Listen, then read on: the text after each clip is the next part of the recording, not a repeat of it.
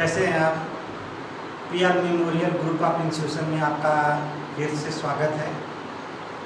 आप मेरे लेक्चर में सभी लोग कंट्रीब्यूट होने के लिए और लेक्चर को प्रॉपर वे में लेने के लिए आपका वेलकम और स्वागत है। मुझे खुशी है कि सारे बच्चे अब सारे लेक्चर को प्रॉपर वे में ले रहे हैं और सभी लोग पूरे रिस्पॉन्सिबिलिटी के साथ अपने, क्योंकि मुझे लग रहा है कि कुछ बच्चे क्वेश्चन पूछने लगे हैं, तो मुझे लग रहा है कि आप सभी लोग पढ़ने की कोशिश कर रहे हो, समझने की कोशिश कर रहे हो और मैं यही उम्मीद करूंगा कि आपके उम्मीदों को मैं खरा उतरूं और मैं कोशिश करूंगा कि जो भी आपकी प्रॉब्लम है, जो भी दिक्कतें हैं, मैं उसको सॉर्ट आउट करने की कोशिश करूँ। तो आज मैं लेकर के आया हूँ एक नए टॉपिक यूनिट्स। आज एक मैं नए टॉपिक के साथ आया हूँ यूनिट्स को लेकर के। यूनिट्स का मतलब होता है मात्रक। यूनिट्स का मतलब होता है मात्रक। मात्रक क्या होता है उसका एक बार डेफिनेशन देख लीजिए, उसके बाद मैं मात्रक को समझा दे रहा हूँ। डेफिनेशन को आप सभी लोग नोट भी कर लेना और उसको समझने की कोशिश करना, ठीक है। डेफिनेशन कहीं पूछा तो नहीं जाता है। ये आपके जो भी एग्ज़ाम होंगे, अब तो मैक्सिमम एग्ज़ाम आपके ऑब्जेक्टिव क्वेश्चन से ही पूछे जा रहे हैं, बट डेफिनेशन आप याद कर लेना और उसको समझने की कोशिश करना, उसको समझ लेना कि क्या है। यूनिट्स कहते हैं किसको हैं? यूनिट्स का मतलब होता है किसी भौतिक, मैं पढ़ करके भी सुना दे रहा हूँ, हो सकता है कि बिल्कुल क्लियर ना आए, जो भी मैं लिखा हूँ क्लियरिटी ना हो, तो उसको मैं पढ़ करके भी सुना दे रहा हूँ। इकाई, इकाई को इंग्लिश में बोलते हैं यूनिट्स। यूनिट्स क्या होता है? किसी भौतिक राशि को मापने तौलने के लिए माना गया मानक मान उसकी इकाई कहलाती है। क्या है? किसी भौतिक राशि को मापने के, किसी भौतिक राशि को मापने तौलने के लिए माना गया मानक मान उसकी इकाई कहलाती है। क्लियर? क्या आता है? किसी भौतिक राशि में, किसी भौतिक राशि को मापने तौलने के लिए माना गया मानक मान उसकी क्या कहलाती है? उसकी इकाई कहलाती है। जैसे मीटर, किलोग्राम, सेकेंड, लीटर इत्यादि। ठीक है, समझ में आ गया यूनिट्स का मतलब? यूनिट्स क्या होती है? यूनिट्स एक प्रकार का होती है, जैसे आप बोल दिए दो, कोई चीज आप बोल दिए कि दो है, तो अब दो क्या चीज है?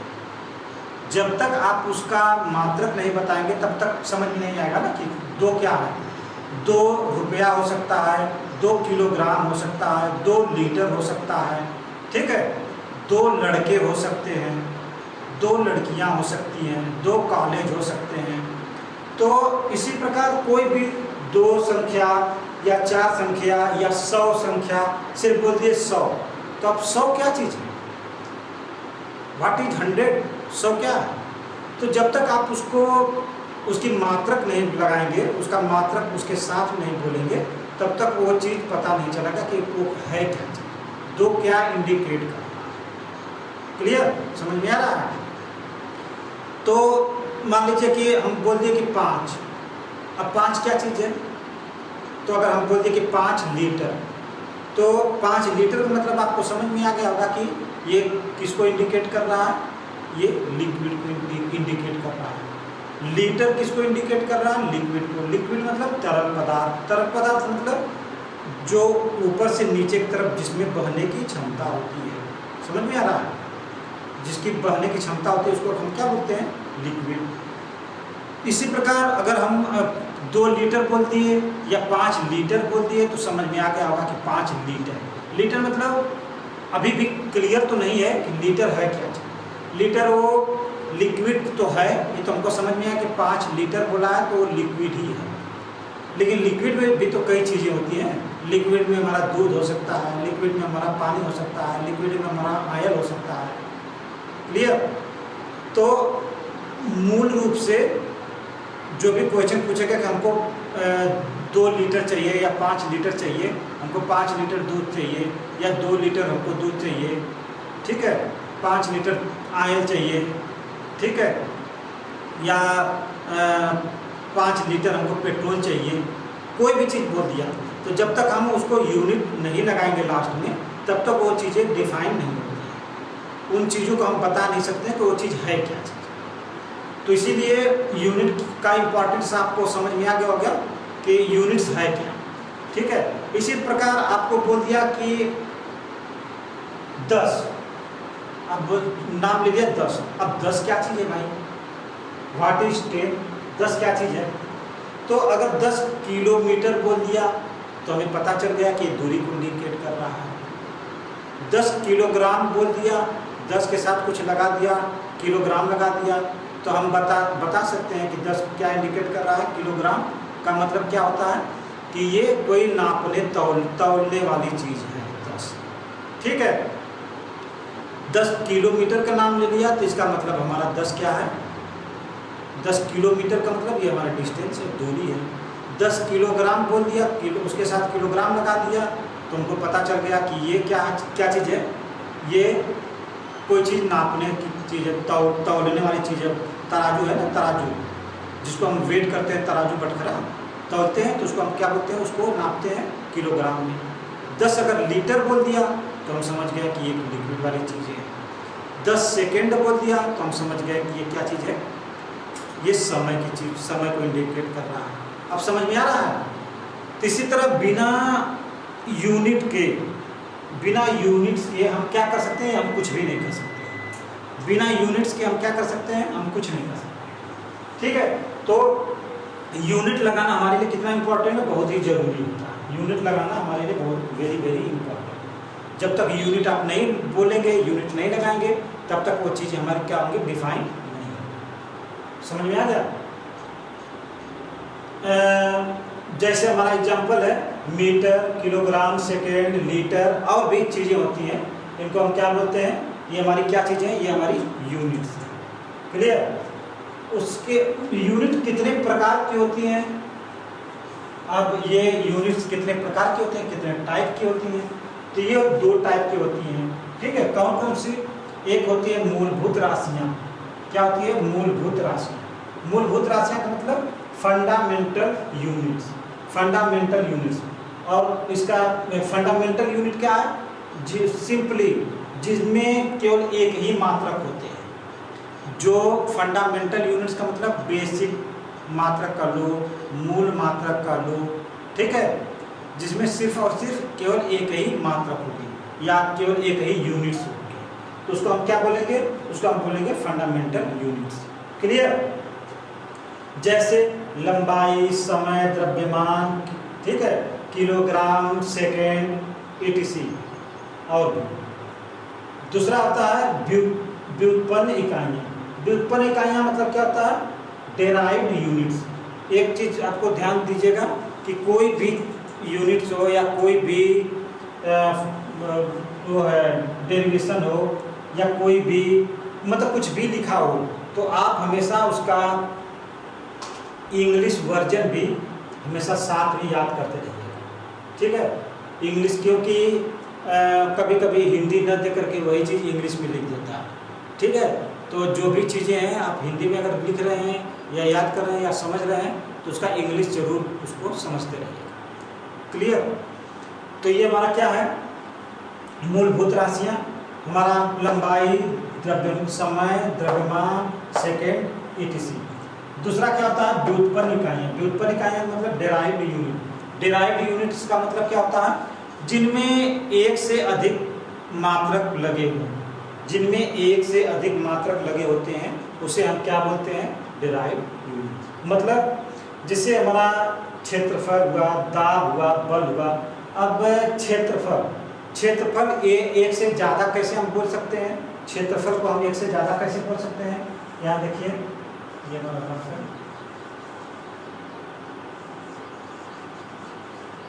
रफ क्षेत्रफल। क्षेत्रफल क्या होता है? एरिया। एरिया इक्वल टू क्या होता है? लंबाई इंटू चौड़ाई, लेंथ इंटू ब्रेड्थ। इसमें 2 चीज आया ना, इसमें क्या चीज आया? 2 चीज, लंबाई और चौड़ाई आया। ठीक है, क्षेत्रफल बराबर लंबाई गुणे चौड़ाई। ठीक, दो चीज आया, लंबाई गुणे चौड़ाई। इसको हम लंबाई गुणे चौड़ाई बराबर क्या होता है, क्षेत्रफल। तो उसे हम क्या बोलेंगे, डेराइव्ड यूनिट्स। मतलब जिसमें एक से अधिक यूनिट दिया हो उसे हम क्या बोलेंगे, डेराइव्ड यूनिट। और जिसमें एक ही यूनिट दिया हो उसे हम फंडामेंटल यूनिट या मूल मात्रक कहते हैं। क्लियर। एक और एग्जांपल देख लीजिए। इसी तरह आयतन हो गया। आयतन, आयतन को इंग्लिश में क्या बोलते हैं, आयतन को इंग्लिश में क्या बोलते हैं, वॉल्यूम। वॉल्यूम, ये याद रखिएगा, VOLUME, VOLUME, वॉल्यूम। वॉल्यूम को इंग्लिश में क्या बोलते हैं, हिंदी में क्या बोलते हैं, आयतन।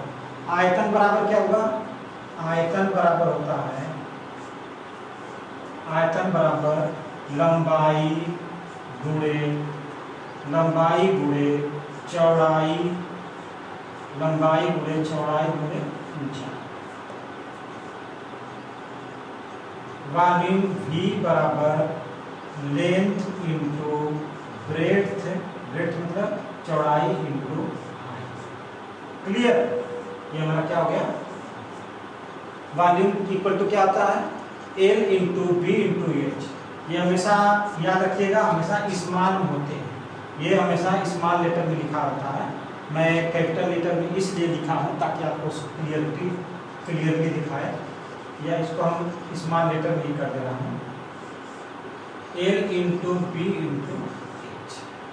ठीक है, लंबाई गुणे चौड़ाई गुणे ऊंचाई, इसे हम क्या बोलेंगे, वॉल्यूम। वॉल्यूम बराबर लंबाई गुणे चौड़ाई गुणे ऊंचाई। कुल मिला करके समझ में आ गया होगा मूल राशियां और व्युत्पन्न राशियों में क्या डिफरेंस है। मूल राशियां में जो सिर्फ और सिर्फ एक ही राशि आएगी, फंडामेंटल यूनिट्स में क्या आएगी, मात्र एक राशि आएगी, एक यूनिट आएगी, एक मात्रक आएगा। जैसे लंबाई, लंबाई तो लंबा कोई चीज होता है, ये लंबा होता है या चौड़ा होगा, ठीक है, वो दो चीजों से मिलकर के नहीं बनेगा। समय दो चीजों से नहीं बनेगा। क्लियर। द्रव्यमान दो चीजों से मिलकर के नहीं बना।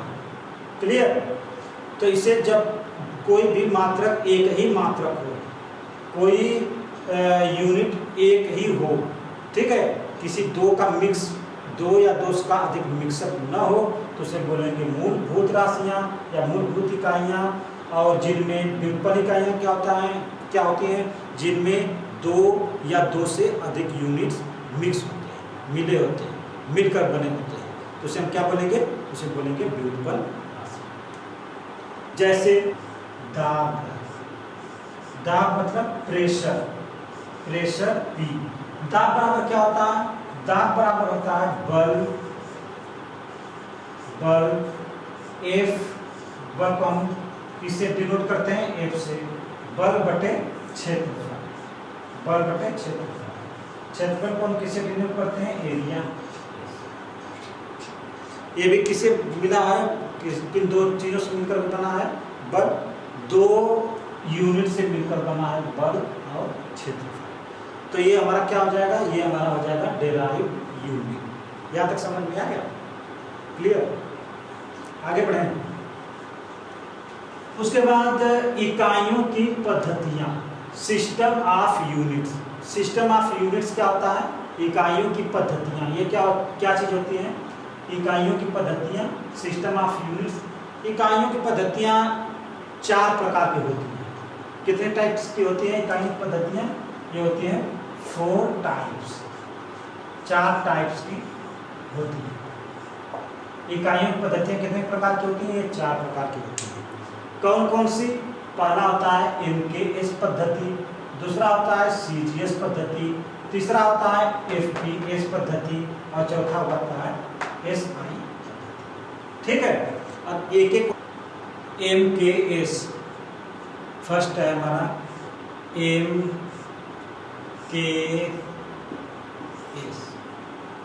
ठीक है, पहला MKS पद्धति। ये क्या होती है, M मतलब क्या हुआ, M मतलब metre, m equal to metre, METER, m equal to metre, k equal to kilogram, s equal to second.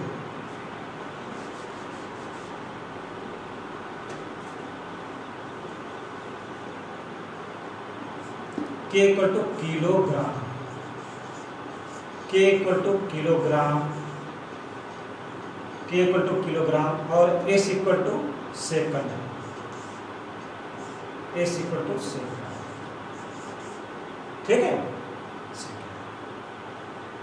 m equal to metre, k equal to kilogram, s equal to second. इसका मतलब क्या होगा, वो राशियां, ठीक, या वो मात्रक, उन राशियों के मात्रक जो मीटर को, मतलब हम मीटर में नापते हैं, किसी यूनिट को मीटर में नापेंगे और वेट को, द्रव्यमान को किलोग्राम में नापेंगे और समय को हम सेकंड में नापेंगे, उसे हम क्या बोलेंगे, MKS पद्धति। क्लियर, MKS पद्धति या सिस्टम, MKS। समझ में आया?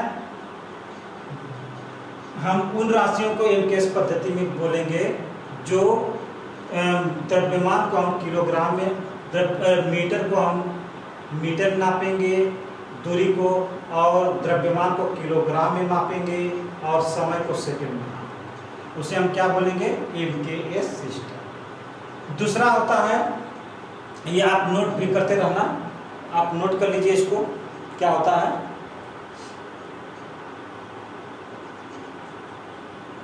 क्लियर है,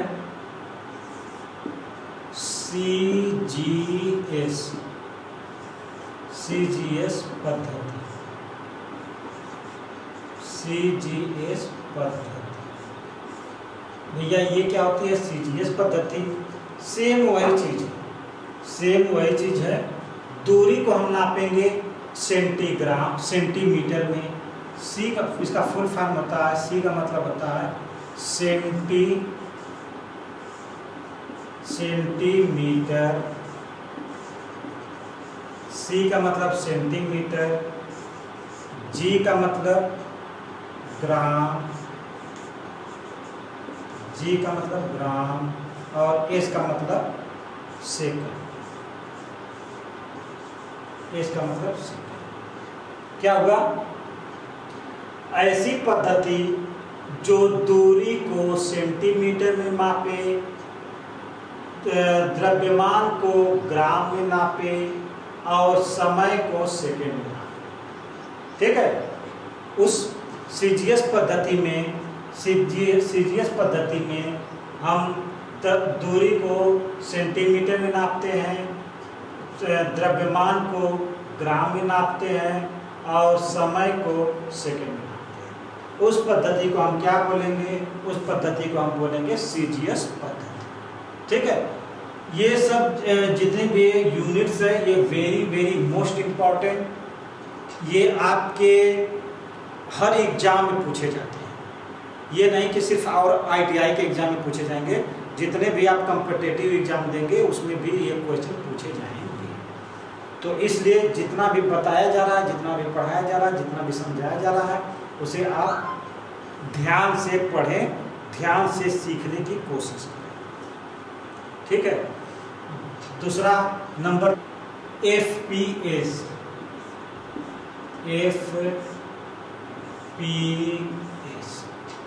F का फुल फॉर्म होता है फुट, FOOT, फुट। P से हो गया पाउंड। ठीक है, और S से हो गया सेकंड। क्लियर? ऐसी पद्धति जिसमें हम दूरी को फुट में नापते हैं, द्रव्यमान को पाउंड में नापते हैं और समय को सेकंड में नापते हैं। उस पद्धति को हम क्या बोलते हैं? एफपीएस पद्धति। ये सिस्टम कहाँ पे लागू है? ये सिस्टम ये इसको हम ब्रिटिश स्टैंडर्ड सिस्टम भी बोलते हैं। इसे हम बोलेंगे ब्रिटिश